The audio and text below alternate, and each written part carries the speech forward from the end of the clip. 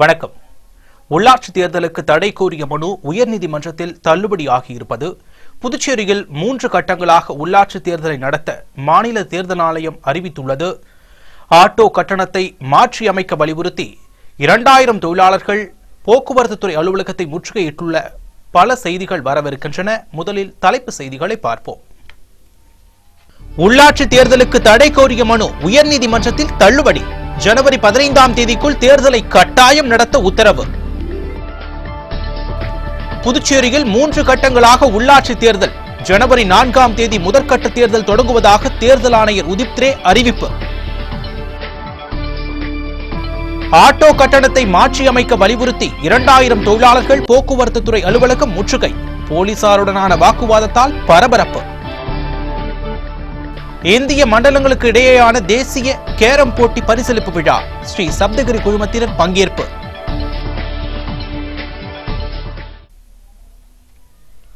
வருவது விரிவான செய்திகள்.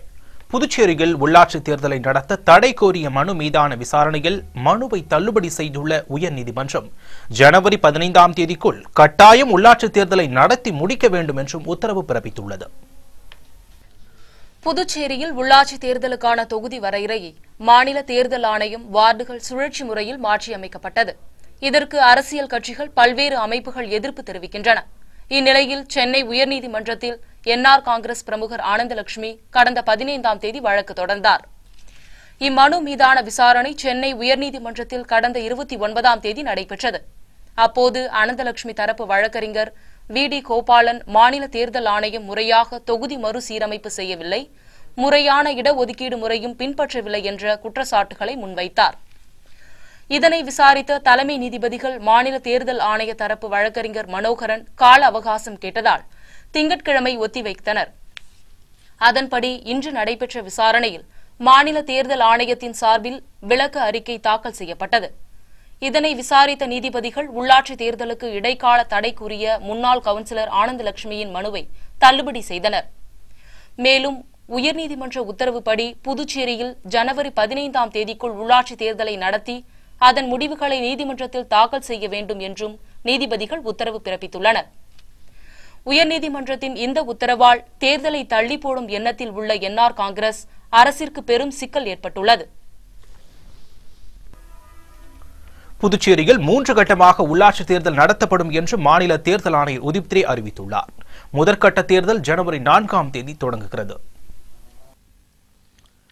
புதுச்சேரியில் ஜனவரி 15ஆம் தேதிக்குள் உள்ளாட்சி தேர்தலை நடத்தி முடிவுகளை கட்டாயம் அறிவிக்க வேண்டுமென சென்னை உயர்நீதிமன்றம் உத்தரவு பிறப்பித்துள்ளதை அடுத்து மாலையில் செய்தியாளர்களுக்கு பேட்டியளித்த மாநில தேர்தல் ஆணையர் உதித் ரே, புதுச்சேரியில் 3 கட்டங்களாக உள்ளாட்சி தேர்தல் நடைபெறும் என்றும் முதற்கட்டமாக ஜனவரி 4ஆம் தேதி காரைக்கால், மாகே, ஏனாம், கோட்டுச்சேரி, நெடுங்காடு, நிரவி, திருமலைராயன்பட்டினம், திருநள்ளாறு ஆகிய தொகுதிகளில் வாக்குப்பதிவு நடைபெறும் என தெரிவித்த ஆணையர், இதற்கு வேட்புமனு தாக்கல் டிசம்பர் 14ஆம் தேதி முதல் 21ஆம் தேதி வரை நடைபெறும் என்றும், மனுக்கள் பரிசீலனை டிசம்பர் 22ஆம் தேதியும், மனுக்களை திரும்பப் பெற 24ஆம் தேதி கடைசி நாள் என்றும் உதித் ரே அறிவித்துள்ளார்.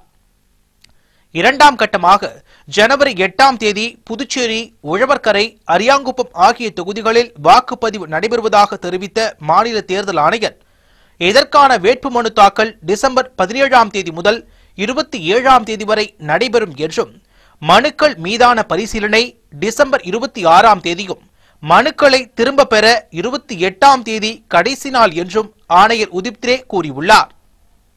மேலும் ஜனவரி 10ஆம் தேதி பாகூர், மண்ணாடிப்பட்டு, நெட்டப்பாக்கம், வெள்ளியனூர் ஆகிய தொகுதிகளில் 3ஆம் கட்ட வாக்குப்பதிவு நடைபெறுவதாக தெரிவித்த ஆணையர், இதற்கான வேட்புமனு தாக்கல் டிசம்பர் 20ஆம் தேதி முதல் 27ஆம் தேதி வரை நடைபெறும் என்றும், மனுக்கள் மீதான பரிசீலனை டிசம்பர் 28ஆம் தேதியும், மனுக்களை திரும்பப் பெற 31ஆம் தேதி கடைசி நாள் என்றும் மாநில தேர்தல் ஆணையர் உதித் ரே கூறியுள்ளார்.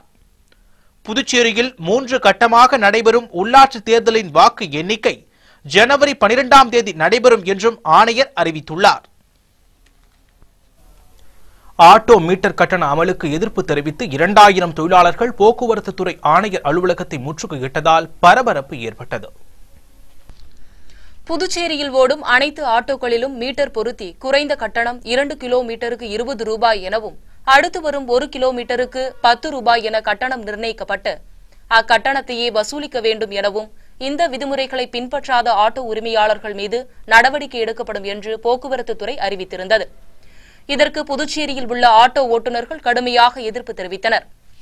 புதிதாக அறிவிக்கப்பட்டுள்ள ஆட்டோ கட்டணத்தை புதிதாக மாற்றி அமைக்க வலியுறுத்தியும் குறைந்தபட்ச கட்டணமாக 1.5 கிலோமீட்டருக்கு 30 ரூபாய் எனவும் அடுத்து வரும் 1 கிலோமீட்டருக்கு 15 ரூபாய் எனவும் கட்டணம் நிர்ணயிக்க வலியுறுத்தி புதுச்சேரியில் உள்ள ஏஐடியூசி, சிஐடியு உள்ளிட்ட 13 தொழிற்சங்கங்களைச் சேர்ந்த 1500க்கும் மேற்பட்ட இந்திரா காந்தி சிலை அருகே பேரணியாக புறப்பட்டனர். பேரணிக்கு சிஐடியு தொழிற்சங்க தலைவர் முருகன் தலைமை தாங்க ஆட்டோ ஓட்டுநர்கள் காக்கி சட்டையுடன் 100 அடி சாலையில் பேரணியாக சென்று அங்குள்ள போக்குவரத்து துறையை முற்றுகையிட்டனர். அப்போது தடுப்பு கட்டைகள் போட்டு போலீசார் தடுக்க முற்பட்டனர். அங்கு இருவருக்கும் தள்ளுமுள்ளு ஏற்பட்டது. இதனையடுத்து பேச்சுவார்த்தைக்கு 5 நபர்களை மட்டும் போலீசார் அனுமதித்தனர். மற்றவர்கள் யாரும் உள்ளே அனுமதிக்கப்படாமல் ஆர்டிஓ அலுவலகம் பூட்டப்பட்டது. இதனால் அங்கு பரபரப்பு ஏற்பட்டது. இதுகுறித்து ஆட்டோ தொழிலாளர்கள் கூறுகையில், இந்திய மண்டலங்களுக்கு இடையே நடைபெற்ற தேசிய கேரம் போட்டியில் வென்றவர்களுக்கு ஸ்ரீ சப்தகிரி குழுமத்தினர் பரிசுகளை வழங்கி கௌரவித்தார்கள்.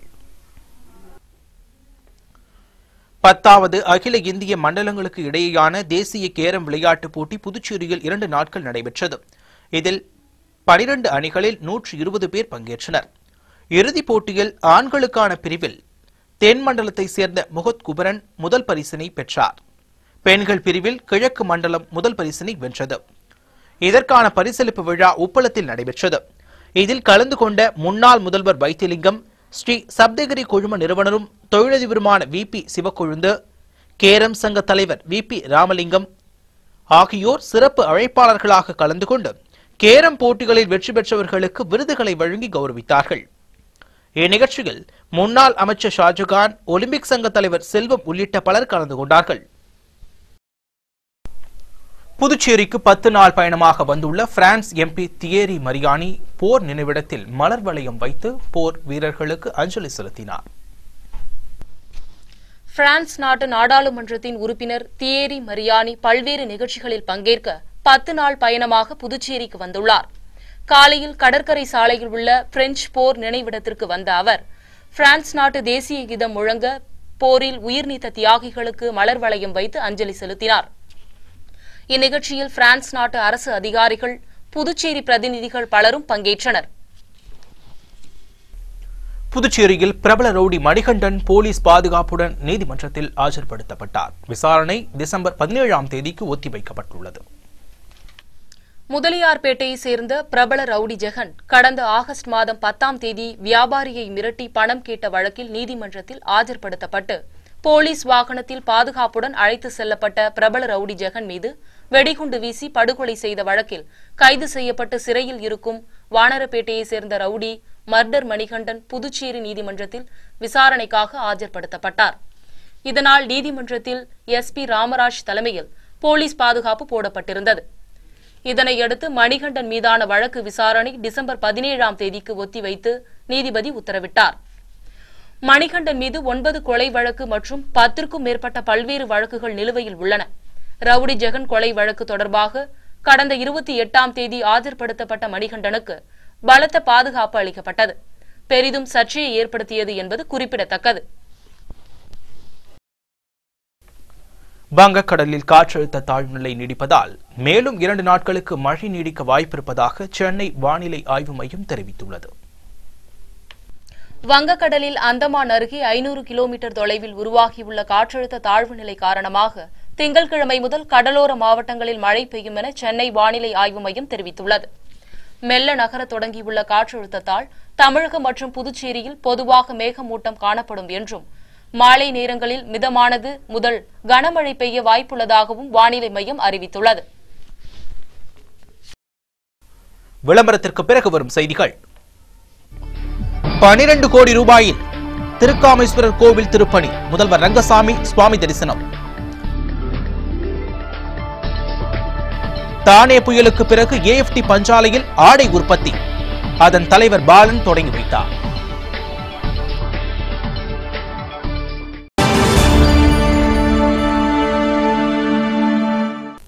செய்திகள் தொடர்கின்றன.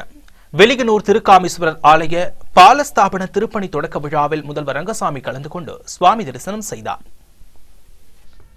வில்லியனூரில் உள்ள ஸ்ரீ திருக்காமீஸ்வரர் கோவில் 11ஆம் நூற்றாண்டில் தர்மபால சோழ மன்னரால் கட்டப்பட்டது. இதை வைத்து வில்லியனூர் நகரம் என்று நிர்ணயிக்கப்பட்டது. சிறப்பு வாய்ந்த கோவில் புதுச்சேரியிலேயே மிகப்பெரிய கோவில் என்று அழைக்கப்படுகிறது. இத்தகைய பழமை வாய்ந்த ஸ்ரீ கோகிலாம்பிகை சமேத ஸ்ரீ திருக்காமீஸ்வரர் ஆலய திருப்பணி நடக்க இருப்பதால் இதனை முன்னிட்டு ஆலயத்தில் உள்ள பரிவார மூர்த்திகள் அனைத்து கோபுரங்களுக்கும் திருப்பணி துவக்க சிறப்பு பூஜைகள் நடைபெற்றது. இதில் முதல்வர் ரங்கசாமி கலந்து கொண்டு திருக்காமீஸ்வரரை வழிபட்டு சென்றார்.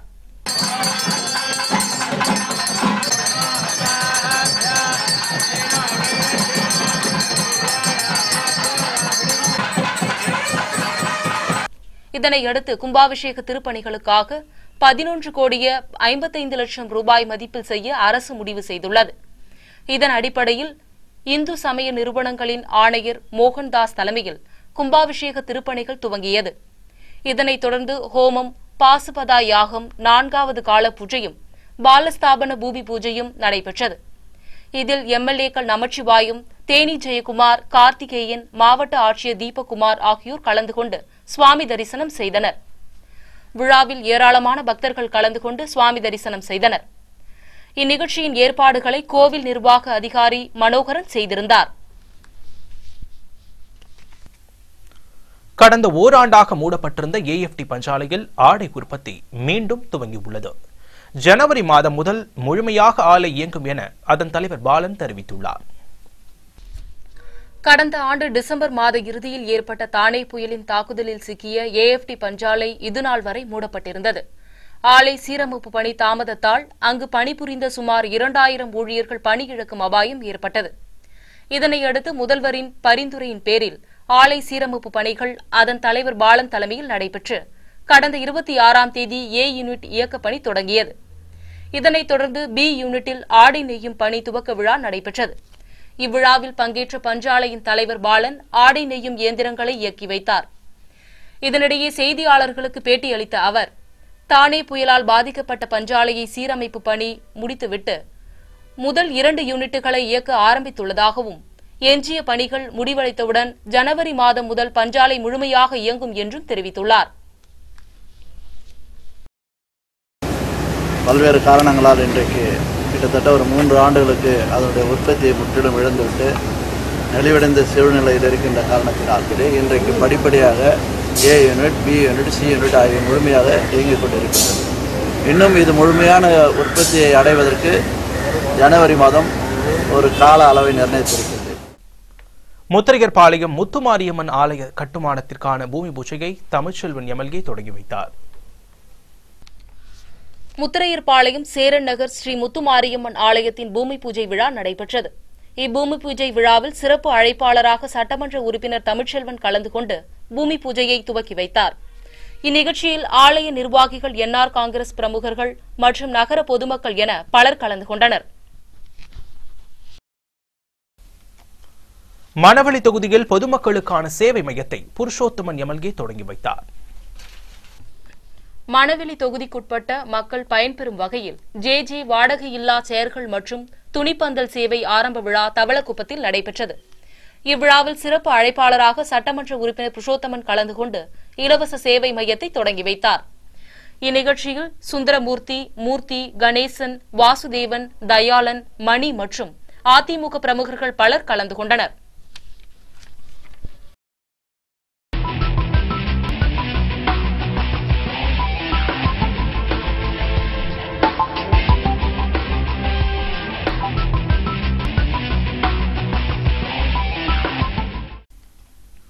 இந்திய பெருங்கடலில் பெருகி வரும் சீனாவின் ஆதிக்கத்திற்கு முற்றுப்புள்ளி வைக்கும் முயற்சிகள் இந்திய, இந்தோனேஷியா, ஆஸ்திரேலியா ஆகிய நாடுகள் கூட்டான நடவடிக்கையில் இறங்கியுள்ளன.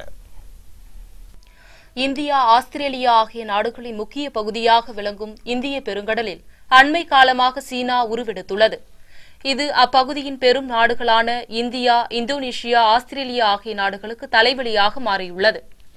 இதை தடுக்கும் விதமாக அப்பகுதியில் ஒன்றிணைந்து செயல்பட அந்நாடுகள் முடிவெடுத்துள்ளன.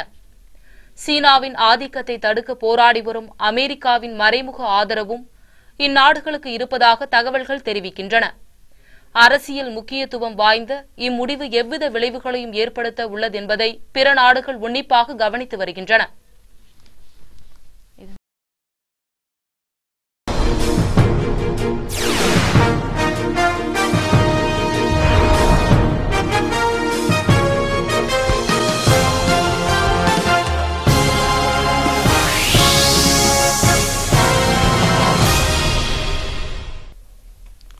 சிரியாவில் புரட்சிப் படைகளின் மீது அரசு விமானங்கள் குண்டு வீசி தாக்குதல் நடத்தியதில் 14 பேர் பரிதாபமாக கொல்லப்பட்டார்கள். சிரியாவில் அரசுக்கு எதிரான புரட்சிப் படைகளின் மீது அரசு விமானங்கள் குண்டு வீசி தாக்குதல் நடத்தின. சிரிய தலைநகர் டமாஸ்கஸில் புரட்சி குழுக்களின் ஆதிக்கத்தில் இருக்கும் பகுதிகளை விடுவிக்கும் நடவடிக்கையின் ஒரு பகுதியே இந்த தாக்குதல் என்றும் இதில் ஏறத்தாழ 14 பேர் கொல்லப்பட்டனர் என்றும் சிரியாவின் அரசு பேச்சாளர் தெரிவித்துள்ளார். அங்கு அதிபர் அசாத்தின் ராணுவத்திற்கும் அரசிற்கு எதிரான புரட்சி குழுக்களுக்கும் இடையேயான மோதலில் இதுவரை 40,000-க்கும் மேற்பட்டோர் கொல்லப்பட்டுள்ளனர். இதற்கிடையில் அதிபர் அசாத் பதவியில் இருந்து நீக்கப்பட்டால் அமைதி பேச்சுவார்த்தைக்கு தயார் என்று அரசு எதிர்ப்பு படைகள் கூறியுள்ளன.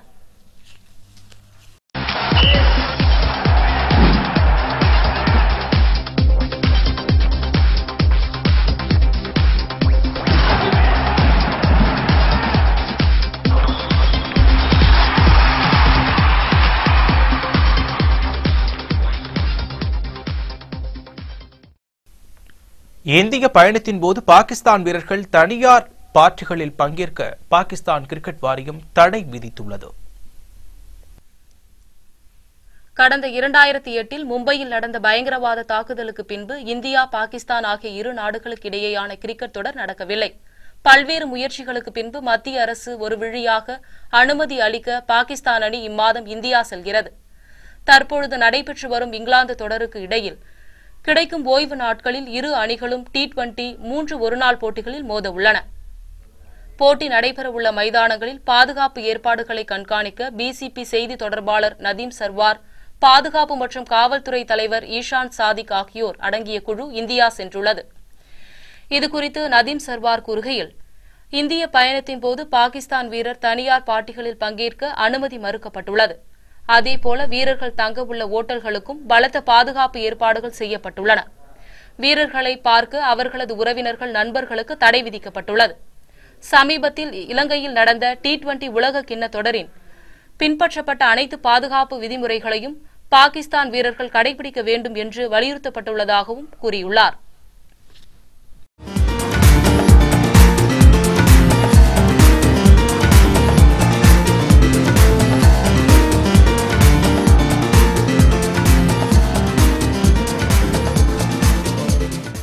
விரைவில் நடிகர் விஜயும் தொலைக்காட்சி நிறுவனம் ஒன்றை ஆரம்பிக்க உள்ளதாக தகவல் வெளியாகியுள்ளது.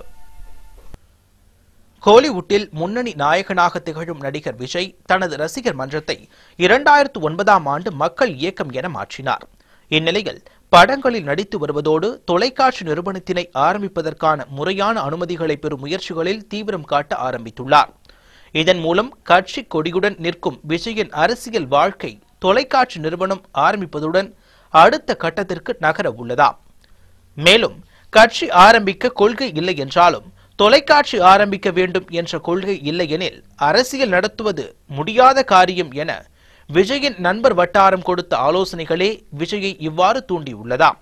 ஆனால் இந்த தொலைக்காட்சி நிறுவனம் குறித்த அதிகாரப்பூர்வ தகவல்கள் எதுவும் விஜய் தரப்பிலிருந்து வெளியாகவில்லை என்பது குறிப்பிடத்தக்கது. இன்றைய செய்தி தொகுப்பின் நிறைவிற்கு முன்பு புதுச்சேரியின் தங்கம் வெள்ளி விலை விவரம். இது தங்கமான உறவு. ஜோசாலுகாஸ். புதுச்சேரியின் இன்றைய தங்கம் வெள்ளி விலை விவரம். தங்கம் 1 கிராம் 2954 ரூபாய். வெள்ளி 1 கிராம் 65 ரூபாய்.